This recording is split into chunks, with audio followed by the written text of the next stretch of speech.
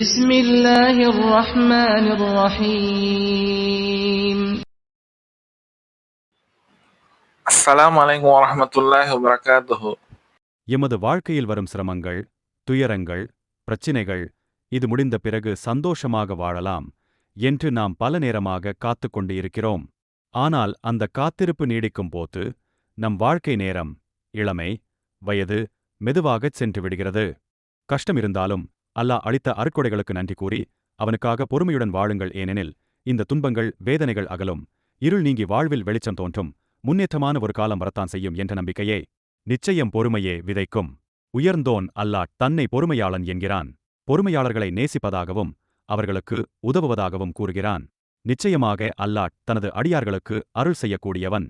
நம்பிக்கை கொண்டோரே, பொறுமையுடனும் தொழுகையுடனும் இறைவனிடம் உதவி தேடுங்கள். நிச்சயமாக அல்லாஹ் பொறுமையுடையவர்களுடன் இருக்கிறான். அல் குரான் சூரா 2 வசனம் 153. அஸ்ஸலாமு அலைக்கும் வரஹ்மத்துல்லாஹி வபரகாத்துஹு.